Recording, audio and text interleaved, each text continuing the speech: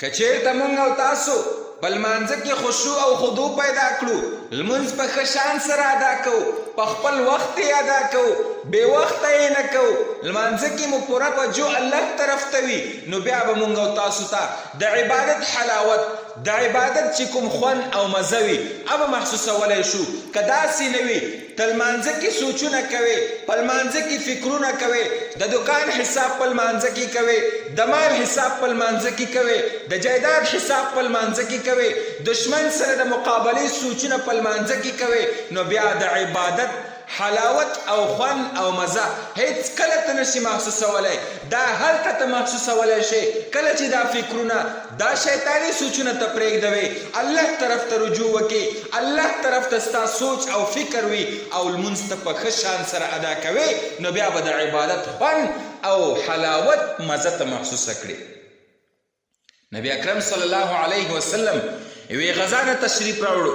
د شپې یو ځای کې قیام وکړو. صحابه کرامو رضوان الله علیهم اجمعین ته یې وفرمایل څوک به نن شپه د څوکیدارۍ او د حفاظت ذمه واره واخلي، څوک به څوکیداره وکړي. دوه صحابه کرام پاڅي، یو صحابي عمار ابن یاسر رضی الله عنه،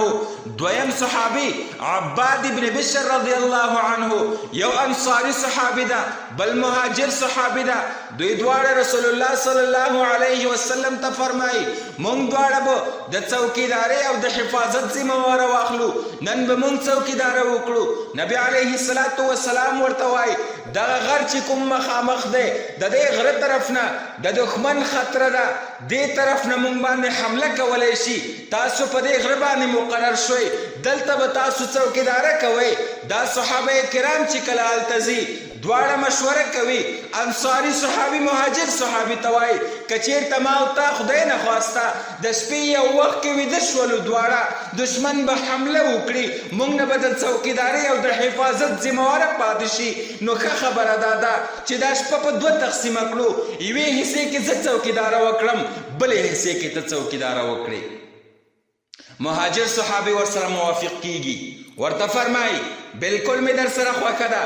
دغه انصاري صحابي ورته وایي اوله حصه کې به زه څوکیداره وکړم، دویمه حصه کې به ته څوکیداره وکړې. مهاجر صحابي ورسره آمنا وسلم نه وایي او ورسره موافق کیږي. کله چې شپه شوله، د شپې په وخت کې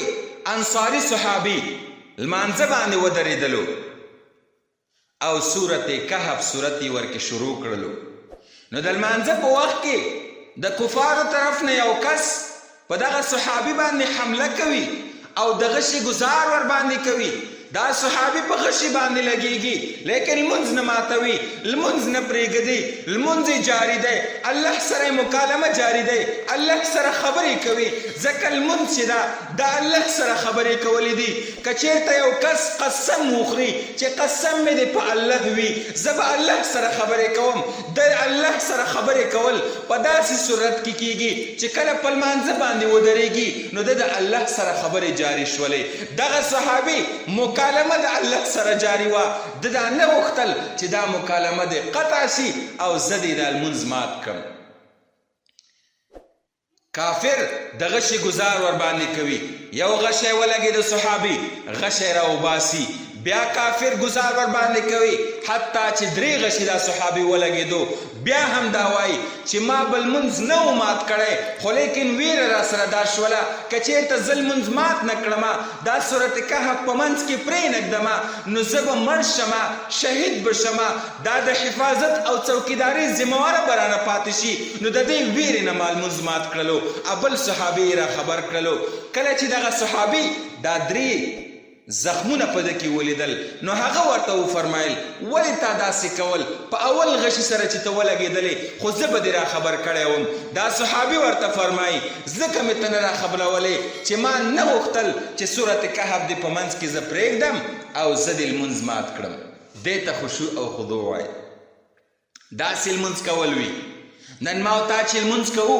په لمانځه کې کوم رقم فکرونه کوو، څه فاحش او فاسد سوچونه ما او تا کوو، په لمانځه کې ما او تا د دکان حسابونه کوو، په لمانځه کې ما او تا د مال او جایداد حسابونه کوو، په لمانځه کې ما او تا د دشمن سره د مقابلې سوچونه کوو، په لمانځه کې ما او تا هغه سوچونه کوو چې بغیر د لمانځه نه مناسب نه وي، خو لیکن ما او تا هغې ته وخت مقرر کړی کم یې وي، د لمانځه وخت مې ورته مقرر کړی وي. دا ډېره غلطه خبر ده، دا ډېره د افسوس خبره ده چې نن مسلمان دې حد ته ورسېدو چې الله سره کله خبرې کوي نو دی په دې کې سوچونه کوي، پوره توجه سره یې نه کوي. حالانکه چې کله ته یو SHO ته درېږې، یو ډاکټر سره خبرې کوي، یو مشر سره خبرې کوي، یو وزیر سره خبرې کوي، یو ناظم سره خبرې کوي، نو ته په داسې حالت کې نه ورځې چې ستا کپړې نه وي برابرې، ستا ټوپۍ نه وي برابره، ستا کوم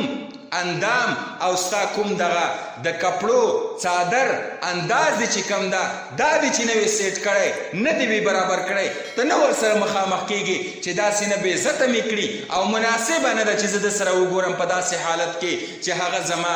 دغه د کپړو او څادر انداز نه وي برابر. حالانکې ما او تا لمانځه کې درېږو، الله ته درېږو چې دا داسې بادشاه په دواړو جهانو کې نشته ده او دا بادشاه حقیقي بادشاه ده، یو دا مجازي بادشاهان چې کوم ځان ته وایي وزیر اعظم پلانکی او وزیر اعظم ډینګی، دا وزیر اعظمان هسې د دوکې ورکولو وزیر اعظمان دي. دوی دومره کمزوري دي، دوی دومره کمزوري دي چې د یو میاشتې قدر زور هم نشي لرلی. نمرود چې د یو مچ او میاشتې د وجې نه مردار شولو، څه حالت یې شولو، دا بادشاهي او دغه کوم وزیر اعظم توب دی، دا هسې فضول دی، فانی دی، دا ختمیدونکی دی. بادشاهي د رب العزت ذات ده چې قائم او دائم به وي او د هغه بادشاهي نه ختمیدونکې بادشاهي ده.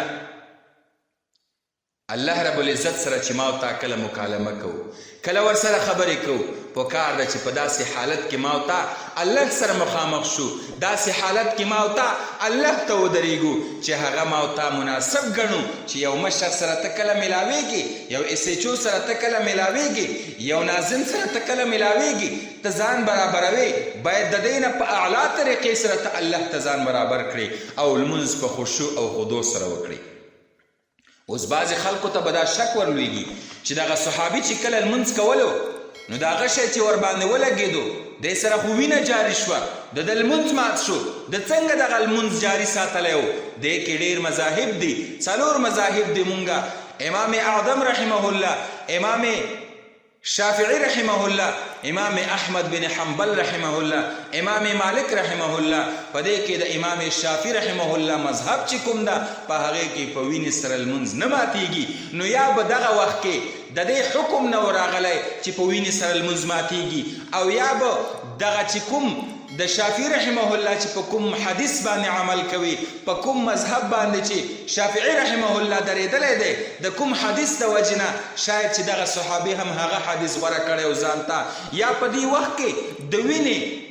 سره د لمونځ ماتېدلو حکم نه و شوی. دلته یوه فقهي مسله ده، خو دا اختلافي ده چې په وینې وتلو سره زمونږ د امام یعنی امام اعظم رحمه الله په نزد اودس ماتېږي او د امام شافعي رحمه الله په نزد نه ماتېږي. کیدای شي چې د دې صحابي طریقه هم دا وه، یا دغه وخت پورې